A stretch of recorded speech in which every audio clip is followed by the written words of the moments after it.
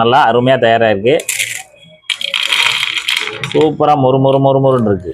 நம்மளும் எத்தனை தடவை முறுக்கு போட்டாலும் இந்த மாதிரி மொறுன்னு கிடைக்க மாட்டேங்குது அப்படின்னு நீங்கள் கவலைப்படுறீங்களா?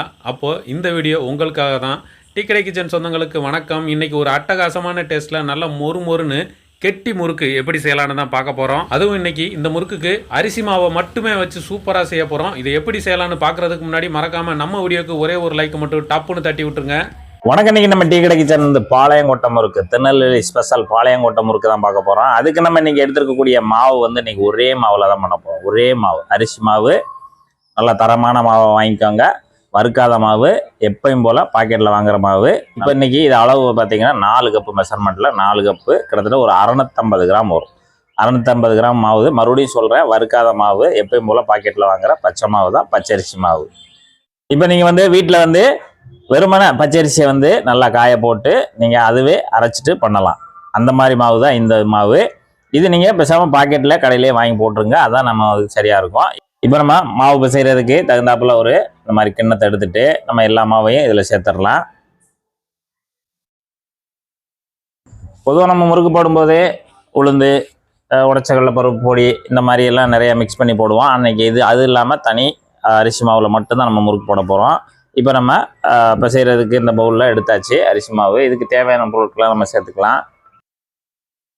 எள்ளு 1 டீஸ்பூனு, கருப்பு எள்ளு, இங்கே வெள்ளை சேர்க்கனாலும் சேர்த்துக்கலாம். சீரகம் ஒரு 1/2 டீஸ்பூனு, அதை லேசாக நம்ம அப்படியேவும் இந்த மாதிரி க்ரஷ் பண்ணி போட்டுடலாம். சீரகத்தை பொதுவாக வந்து அப்படியே போகிறத விட இப்படி க்ரஷ் பண்ணி போட்டோம்னா தான் அந்த சும்மலே வர ஆரம்பிக்கும். அதை அப்படியே உள்ளே போட்டுடலாம். ஓமம் ஒரு 1/4 டீஸ்பூனு ஓமம், அதையும் இந்த மாதிரி லேசாக நசுக்கிட்டு நம்ம சேர்த்துடலாம். உள்ளே சேர்த்துருங்க.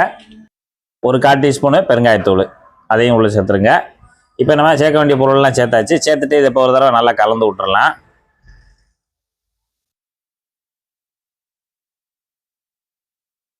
இதுக்கு தேவையான உப்பு ஒரு 3/4 டீஸ்பூனு தூள் உப்பு, அதையும் உள்ளே சேர்த்துட்டு மறுபடியும் கலந்து விட்டுருங்க. கலந்தாச்சு. இதுக்கப்புறம் இப்போ நம்ம இன்னைக்கு இந்த மாவோட சேர்த்து பிணைய போகிறது என்னன்னு பார்த்தீங்கன்னா வனஸ்பதி. 100 ml எடுத்துருக்கோம். ஒரு பாக்கெட்டில் 100 ml இருக்கும். அதை நம்ம உருக்கிட்டு நம்ம உள்ளே சேர்த்துக்கலாம். வெதுன்னு சேர்த்துக்காங்க, இல்லைன்னா ஆற வச்சு சேர்த்துக்கலாம், ஒன்றும் பிரச்சனை இல்லை. இப்போ நம்ம இந்த மாவோடு சேர்த்துட்டு நம்ம வந்து நல்லா மாவில் பிசைஞ்சு கொடுத்துடணும். அந்த வனஸ்பதியை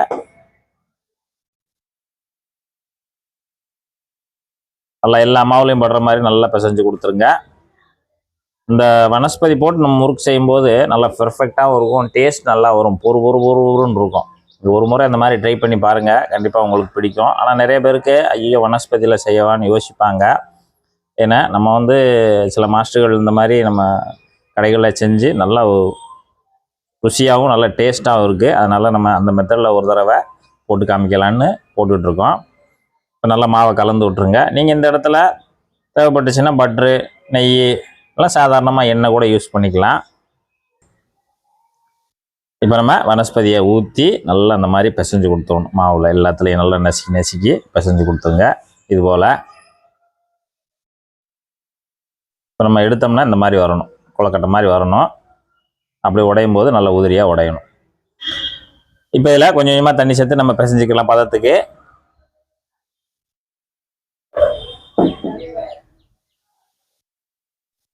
முறுக்குலேயே நிறையா வகை இருக்குது, ஆனால் இது ஒரு டேஸ்ட் நல்லாயிருக்கும். ஆனால் சாப்பிடும்போது அந்தளவுக்கு அருமையாக இருக்கும். பாளையங்கோட்டை போனால் கண்டிப்பாக சாப்பிட்டு பாருங்கள், நல்லா அருமையாக இருக்கும். பாளையங்கோட்டையிலலாம் முறுக்குக்குன்னே நிறையா கடை தனியாகவே வச்சுருக்காங்க, வெரைட்டிஸ் முறுக்கு தனியாக. அதாவது என்னென்ன முறுக்கு வகைகள் இருக்கோ அதுக்கு பூராமே தனியாகவே கடையே இருக்குது.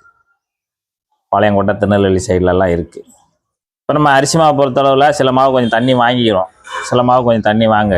அதனால் கொஞ்சம் கொஞ்சமாக சேர்த்துட்டு நம்ம பக்குவத்துக்கு பிசைஞ்சுக்கிறணும். நான் எந்த அளவுக்கு தண்ணி வாங்கியிருக்கேன் அப்படின்ட்டு நான் பிசைஞ்சிட்டு சொல்கிறேன்.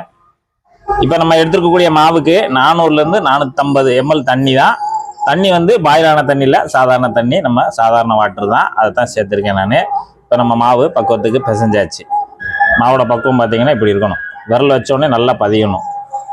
ரொம்ப சப்பாத்தி மாவு மாதிரி ஹார்டாலாம் இருக்கக்கூடாது. விரல் வச்சோடனே நல்லா ஃப்ளோவாக பதியணும், அந்த அளவுக்கு இருக்கணும் மாவோட பக்குவம். கொஞ்சம் எண்ணெய் தடை விட்டு கூட வச்சுருங்க, இல்லைன்னா ஒரு ஈர துணியை வச்சு நல்லா மூடி வச்சுருங்க. மாவு வந்து காயாத அளவுக்கு போட்டு நம்ம வந்து நல்லா அதை வந்து கவர் பண்ணிடலாம். ஏன்னா அந்த மாவு வந்து காஞ்சிடக்கூடாது, பொறுன்னு ஆயிரும். மாவு காஞ்சிருச்சுன்னா பொறுன்னு ஆயிரும். அப்போ பிழியும் போது நமக்கு விரிசல் வர ஆரம்பிச்சிடணும். சுற்றுறது இல்லைன்னா இந்த மாதிரி பிழிகிறது எதுனாலும் எடுத்துக்கோங்க. நான் இன்னைக்கு வந்து கொஞ்சம் பெரிய ஓட்டை உள்ள 2 கன்று உள்ளது எடுத்திருக்கேன். 2 கன்று உள்ளது வந்து வலுவழுப்பு உள்ள பகுதியாக இருக்கணும், சொரசொரப்பு மேலே உள்ள பகுதியாக இருக்கணும். இப்போ இதில் நம்ம உள்பகுதியிலையும் அந்த புளிர உலக்கலையும் நம்ம வந்து லைட்டாக எண்ணெயை தடவிக்கலாம். இதுபோல் எண்ணெயை மட்டும் லேசாக முன்னக்கூடி தடவிடுங்க. லேசாக எண்ணெய் தடவினா போதும். நம்ம மாவு பிசைஞ்சு வச்சுருக்கோம். இதை வந்து அந்த உலக்குக்கு தகுந்தாப்புல, அதாவது புல் பண்ணக்கூடாது, ஒரு 3/4 உலக்கு வர்ற மாதிரி ஒரு உருண்டை எடுத்துட்டு நல்லா அந்த மாதிரி சைஸ் பண்ணிவிட்டு நம்ம அந்த உலக்கில் உள்ள வச்சு அடைச்சிடலாம். இந்த அளவுக்கு இருந்தாலே போதும். இப்போ நம்ம புழிஞ்சிக்கிடலாம். இப்போ புளியறதுக்கு நான் வந்து பட்டர் சீட்டு விரிச்சிருக்கேன், இதில் புழிஞ்சிக்கிறேன். நீங்கள் சின்ன ஒரு வட்டமான தோசை கரண்டி அந்த மாதிரி இருந்துச்சுன்னா, தனித்தனியாக எல்லாம் பிளேட்டு சின்ன பிளேட் இருந்துச்சுன்னா அதில் கூட நீங்கள் பிழிஞ்சிட்டு ஒன்று ஒன்றா எடுத்து போட்டுக்கலாம்.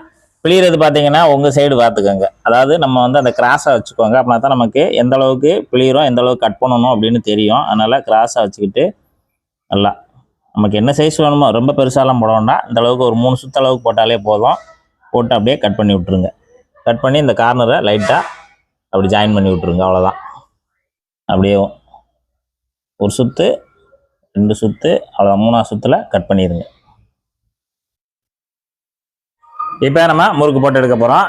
முறுக்கு போடுறதுக்கு நல்லா கொஞ்சம் மாதிரி ஒரு பிளாட்டான ஒரு சட்டின்னு தான் நல்லாயிருக்கும். எண்ணெய் வந்து அந்த முறுக்கு முங்குற அளவுக்கு இருந்தால் போதும். எண்ணெயோட சூடு வந்து இப்போ நம்ம வந்து நல்லா சூடு ஏற்றிடுங்க. சூடு ஏற்றிட்டு அடுப்பை வந்து மீடியத்தில் வச்சுருங்க. இப்போ நம்ம பட்டர் ஷீட் வந்து இப்படி எடுத்து போடுறதுக்கு கொஞ்சம் நல்லா தோதாக இருக்கும். இப்படி எடுத்துட்டு மெதுவாக பக்கத்தில் வந்து அப்படியே இறக்கிடுங்க எண்ணெயில். அப்படியே கையில் எடுத்து வந்து மெதுவாக போட்டுருங்க. இப்போ நான் ஒரு 4 போட்டிருக்கேன். நல்லா வெந்து வரட்டும். உள்ளே போட்டு 1 நிமிஷம் ஆச்சு. 1 நிமிஷம் ஆனோடனே நல்லா இந்த மாதிரி பபுள்ஸ் வந்து நல்லா நுரையாக வெந்துட்டு இருக்கோம். இப்போ நல்லா அது மிதக்க ஆரம்பிச்சிடும். மிதக்க ஆரம்பித்த உடனே அப்படியே மறுபடியும் புரட்டி போட்டுருங்க. அந்த ஹீட் வந்து கரெக்டாக மீடியமாக மெயின்டைன் பண்ணுங்க. முறுக்கை பொறுத்த அளவில் வந்து ஓவர் ஹீட்டு ஆயிட வேண்டாம். ஏன்னா நமக்கு இன்றைக்கி வந்து கெட்டி முறுக்கு போடுறோம். இது சைஸ் கொஞ்சம் பெருசாக இருக்கிறதுனால உள்ள வரைக்கும் வெந்து வரணும், நல்லா கிறிஸ்பியாக இருக்கணும். அதுக்காக அப்பப்போ முறுக்கை அப்படியே லைட்டாக ஒரு பக்கம் பிரட்டி விட்டு நல்லா அப்படியே எண்ணெயில் சுற்றி விட்டுக்கிட்டே இருங்க. நல்லா ஒன்று போல் வந்து வரட்டும்.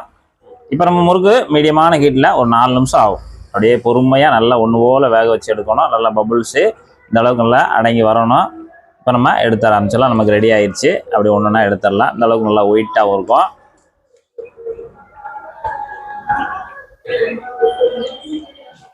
அப்படியே நம்ம கம்பியில் எல்லாத்தையுமே கோர்த்து எடுத்துட்டு தனியாக வச்சிடலாம். எண்ணெய் வடியட்டும். அப்படியே எண்ணெய் வடிஞ்சு வரட்டும். முறுக்கு எந்த அளவுக்கு சுவையாக இருக்குன்னு அப்படியே சாப்பிட்டு பார்த்துடலாம். அப்படியே ஒரு முறுக்கை எடுக்கிறோம், அப்படியே பக்கத்தில் கொண்டு வரோம்.